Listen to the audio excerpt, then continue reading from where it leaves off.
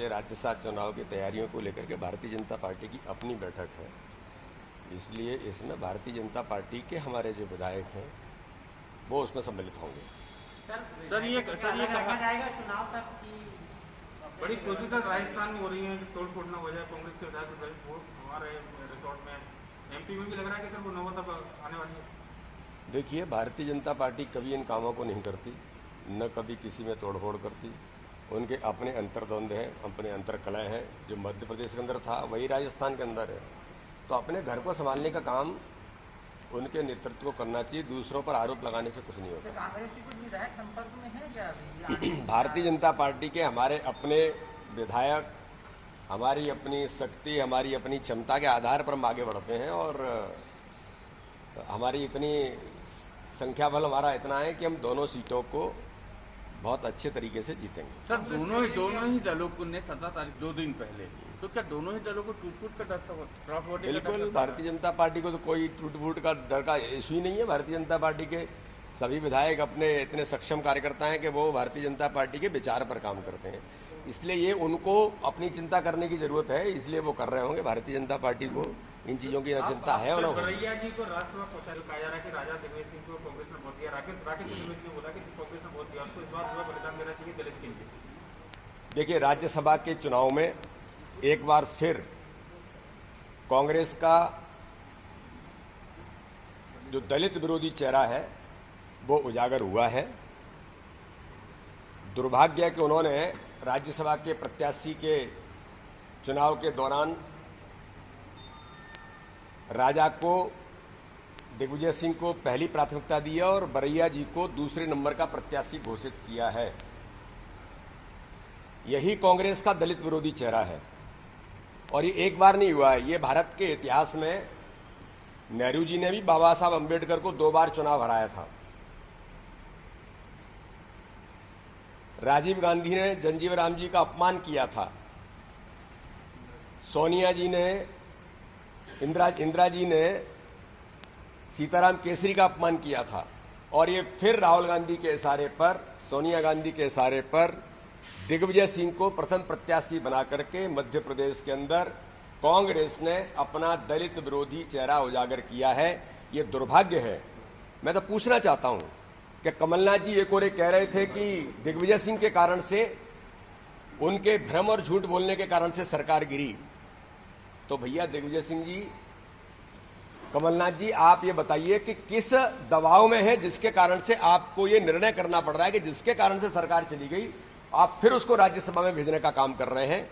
इस दलित विरोधी चेहरे जो कांग्रेस का है, मैं तो कांग्रेस के विधायकों से अपील करना चाहता हूं, क्या आप इस प्रकार के दिग्विजय सिंह के चेहरे को फिर लाना चाहते हैं जिसने आपकी सरकार को गिराया और जिसके कारण से मध्य प्रदेश के अंदर कांग्रेस तो बंटाढार हुई, जिसने मध्य प्रदेश को बंटाढार किया था। तो क्या इस प्रकार के चेहरे को फिर आप राज्यसभा में चुनेंगे?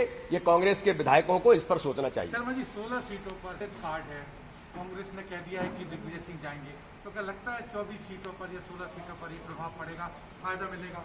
देखिए, मैं तो मध्य प्रदेश के आम जनता से, अनुसूचित जाति के, जनजाति के उन सब लोगों से जो कांग्रेस भ्रम और झूठ बोलती है, ये उसका प्रत्यक्षीकरण हमारे सामने है कि जब जो 2 प्रत्याशी कांग्रेस के अंदर, फूल सिंह बरैया जी जो आए थे, वो इसी आशा के साथ आए थे कि मैं राज्यसभा के अंदर जाऊंगा, लेकिन उन्होंने चयन किया मध्य प्रदेश के बंटाढार राजा दिग्विजय सिंह को।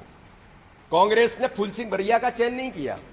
तो इसलिए उस समाज को, उस वर्ग को फिर यह सोचना चाहिए, ये दलित विरोधी चेहरे कांग्रेस का जो उजागर हुआ है, इसका जवाब 24 विधानसभा में तो मिलेगा ही, और भी विधानसभाओं के अंदर आगामी समय में भी पूरे देश के अंदर कांग्रेस ने जो किया है, जिसका उल्लेख मैंने किया है, चाहे नेहरू जी रहे हों, इंदिरा जी रही हों, जिन्होंने हमेशा इस प्रकार के वर्ग को भ्रमित करने का प्रयास किया है, झूठ बोलने का प्रयास किया है, इस दिशा में वो दलित विरोधी चेहरा सामने आया है कांग्रेस का।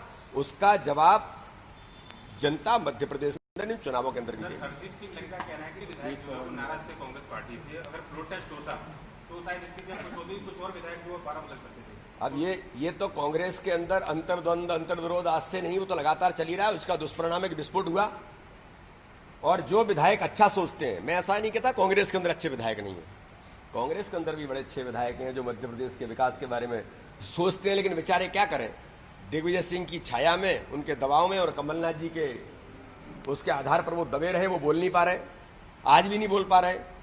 क्योंकि सिंधिया जी ऐसे व्यक्तित्व को सड़कों पर उतरने की बात इसलिए कहनी पड़ी क्योंकि ये दुरावस्था मध्य प्रदेश की कर रहे थे और ऐसे कुछ लोग जो थे वो चाहते थे कि मध्य प्रदेश में ये जो हो रहा है वो गलत हो रहा है, उसी के आधार पर सरकार गिरी। सर एमपी कांग्रेस ने कुछ लोग आए हैं, उनमें से 12 को बीजेपी टिकट नहीं देगी और 10 को हरा देगी। ये कांग्रेस के दिग्विजय सिंह या कांग्रेस का जिन्होंने ट्वीट किया है वो तय नहीं करेंगे। भारतीय जनता पार्टी का पार्लियामेंट बोर्ड चुनाव समिति ये तय करती है कि किसको टिकट मिलेगी किसको नहीं। सर क्या स्थिति रहेगी सर? 22 लोगों की क्या स्थिति रहेगी? मैंने कहा ना, ये निर्णय भारतीय जनता पार्टी का जो नेतृत्व है पार्लियामेंट बोर्ड और चुनाव समिति तय करती है। सर 17 तारीख को जो विधायक आएंगे जब वो उनको खुशी मिलेगी कि मंत्री पद लेके जाएंगे कई विधायक। देखिए ऐसा है, मंत्रिमंडल का गठन होगा तब मंत्री पद मिलेगा, कोई बैठकों में आने से या इससे मंत्री पद नहीं मिलता है ना। इसलिए मंत्रिमंडल का गठन जब होगा, विस्तार जब होगा, माननीय मुख्यमंत्री का अधिकार है, वो जब तय करेंगे तब ये चीजें तय होंगी।